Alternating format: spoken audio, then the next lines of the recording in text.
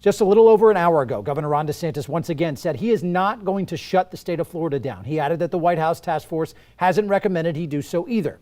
For now, DeSantis is focused on expanding testing across the state. There are already rapid tests that take 45 minutes, which have been sent to South Florida. That's one of the hardest hit areas of the state. Those are key for healthcare workers who may have been exposed to the virus, and soon hospitals should start to see more tests coming in as well.